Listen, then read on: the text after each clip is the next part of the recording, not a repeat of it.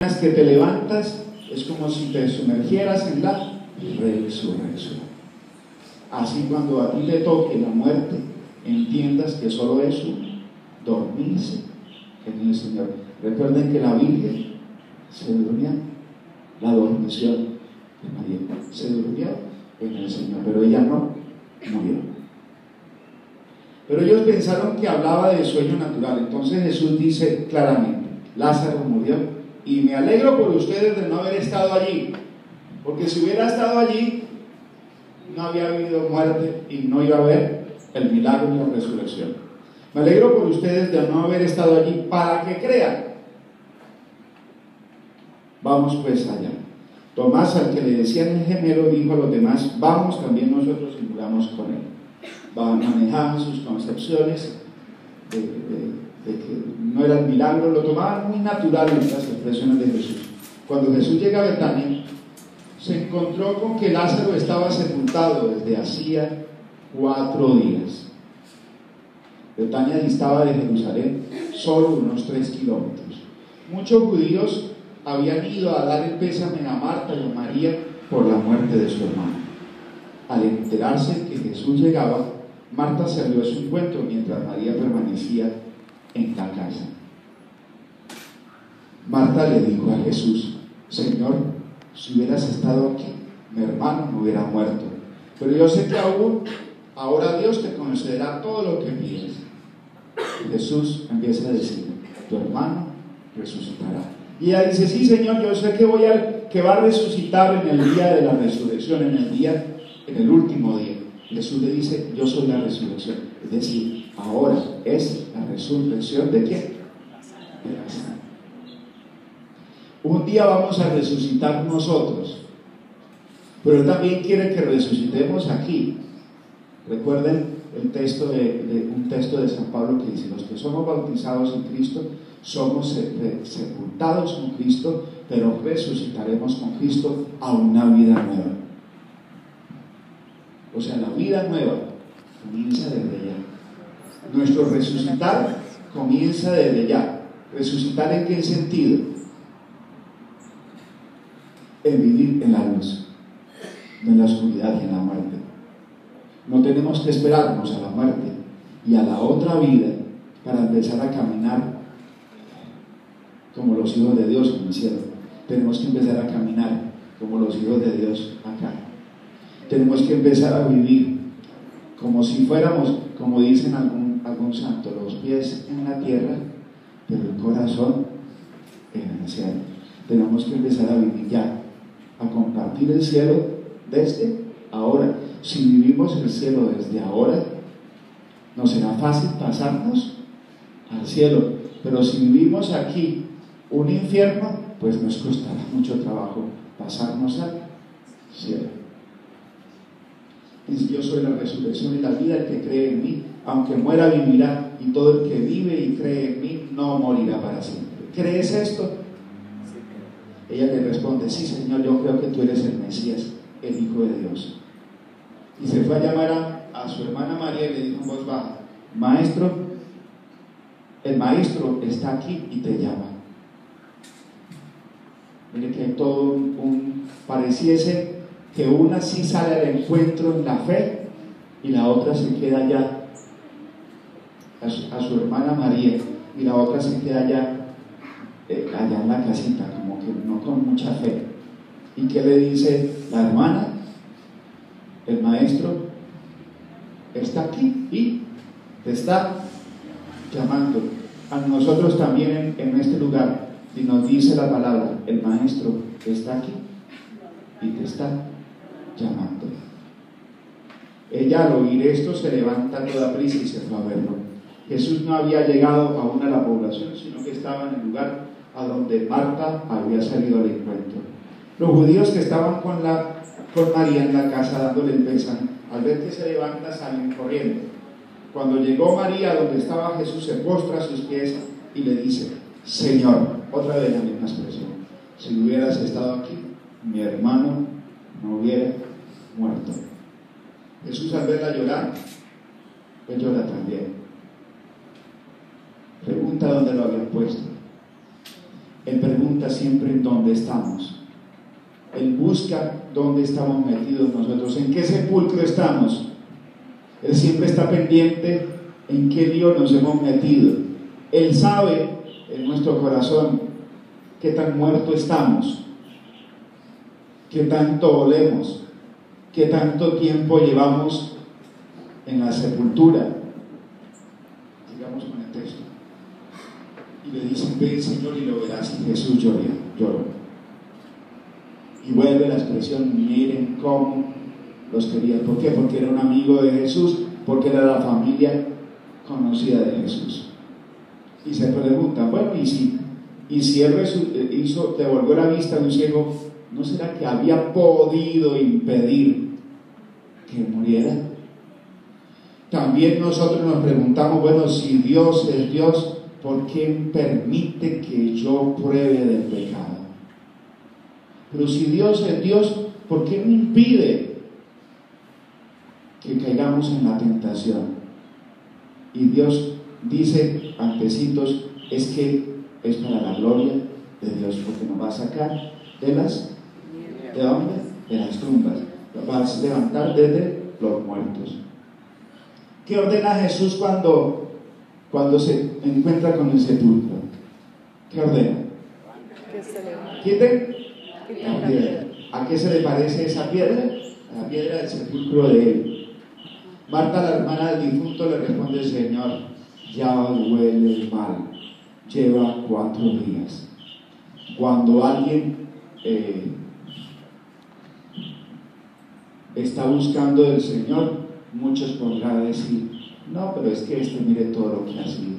Ese que hace buscando al Señor no fue drogadicto, no fue adúltero, no estaba metido en la guerrilla, en los paramilitares, no vivía en este pecado, en este otro, ese ya huele mal. ¿Ese ya para qué? Y resulta que la misericordia nunca se acaba. Nunca se acaba la misericordia del Señor. Dice un librito por ahí: nunca es tarde. Nunca es tarde. Ni para usted, ni para mí. Nunca es tarde. Jesús le dice: ¿no te he dicho que si crees verás la gloria de Dios? Entonces quitaron la piedra. ¿Qué tenemos que hacer nosotros para salir del pecado? Esta es una clave: creerle a Dios. Creemos muchos en Jesús, pero no le creemos a Jesús. Creemos que existió, como en estos días: ustedes me conocen pero no me conocen, decía ayer o antier. Ustedes saben de mí pero no me conocen. Conocen a Jesús pero no conocen al Mesías. Conocen lo humano de Jesús pero no saben que puede hacer Él milagro. Lo conocemos, creemos en Él, pero no le creemos a Él. Entonces quitaron la piedra. Jesús levanta los ojos al cielo y dice: Padre, te doy gracias por haberme escuchado. Yo sé que siempre me escuchas. Acuérdese siempre de esta bendita frase: Padre, yo sé que siempre me escuchas en tu Hijo Jesucristo. Padre, yo sé que siempre me escuchas en tu Hijo Jesucristo.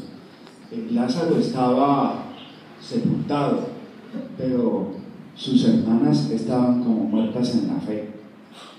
A veces un milagro revive a los demás.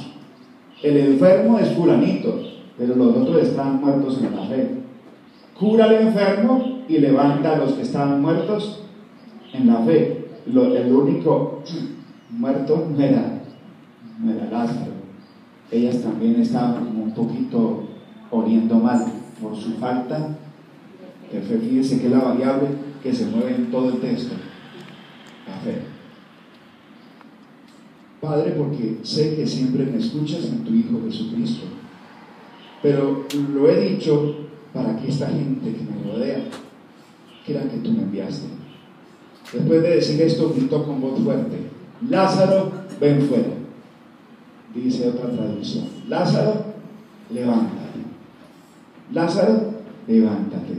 Y podrá decir no Lázaro, sino los nombres de cada uno de los que estamos aquí: Pedro, Juan, María, Carlos, Antonio, José, Javier, María, cualquier nombre. Eso, todos esos. Levántate, levántate, sal fuera. Levántate, sal fuera. Salió un muerto con los pies y las manos atados con vendas y el rostro envuelto en su sudario. Jesús le dijo: desátenlo para que pueda caminar. Jesús nos da la gracia para levantarnos, nos levanta del pecado, pero Jesús manda que lo desate. Jesús nos perdona los pecados, pero usa al sacerdote para desatarnos, con el consejo, con la oración, si es el caso con la oración de sanación, si es el caso con la oración de liberación.